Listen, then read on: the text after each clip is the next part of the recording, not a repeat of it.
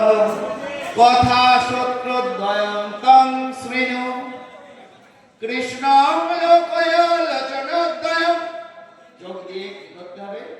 ভগবানের শ্রীমূর্তি দর্শন করতে হবে, তাই না?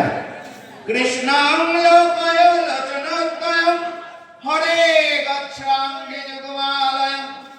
আমাদের চরণ দুটি কেন দিয়েছে? যেখানে যেখানে ভগবানের মন্দির আছে, তীর্থস্থান আছে, পরিক্রমা করা যাবে যেখানে, এই জন্য চরণ পেয়েছি। কান পেয়েছি কেন? ভগবানের নাম শুনবো বলে।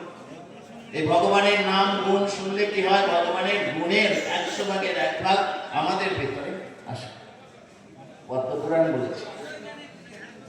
তাহলে এইভাবে আস্তে আস্তে আস্তে আস্তে কি করতে হবে?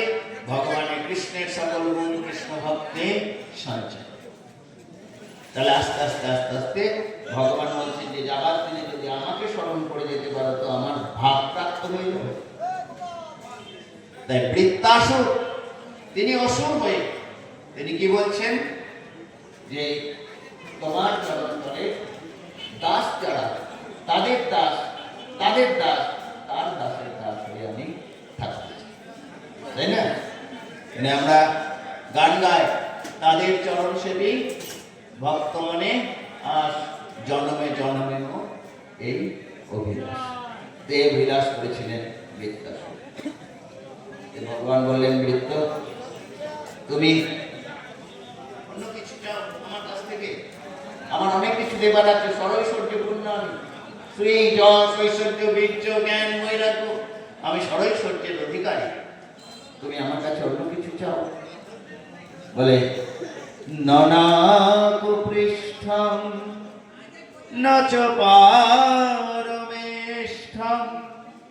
ন সার্বভৌমং নরসাধিপত্যং। ননাকুপৃষ্ঠং, আমি স্বর্গ চাই না, আমি ধ্রুবলোক চাই না। ন চ পারমেষ্ঠং, আমি ব্রহ্মলোকও চাই না। তুমি ইচ্ছা করলে আমাকে দিয়ে দেবে, আমি জানি, কিন্তু এসব আমি চাই না। না সার্বভৌমং না রসাধিপত্যম, আমি রসাতলের অধিপতি হতে চাই না। সপ্ত স্বর্গ সপ্ত পাতাল আমার কাছে তুচ্ছ। কৃষ্ণ ভক্ত স্বর্গ মোক্ষ নরক করি মানে। কৃষ্ণ ভক্ত স্বর্গ চায় না, মোক্ষ চায় না। পঞ্চবিধা মুক্তি আছে, বৈকুণ্ঠে গেলে পঞ্চবিধা মুক্তি আছে, শাস্তি, সারোপ্য, সামীপ্য, সালোক্য, সাযুজ্য। কৃষ্ণ ভক্ত চায় না, সে শুধু ভগবানের সেবায় নিজের জীবনটাকে অতিবাহিত করতে চায়।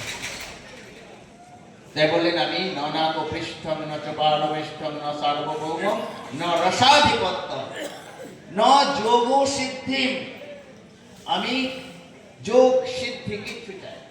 অষ্টাদশ সিদ্ধি আছে, 18 রকমের সিদ্ধি আছে, অনিমা লগিমা ইত্যাদি যে সমস্ত সিদ্ধিগুলো আছে, এই সিদ্ধিও আমি চাই না।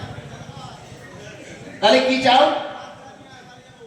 বলে, সমঞ্জস ত্বা বিরহে যতনকে। প্রভু আমাকে বিরহ দাও, বিরহ,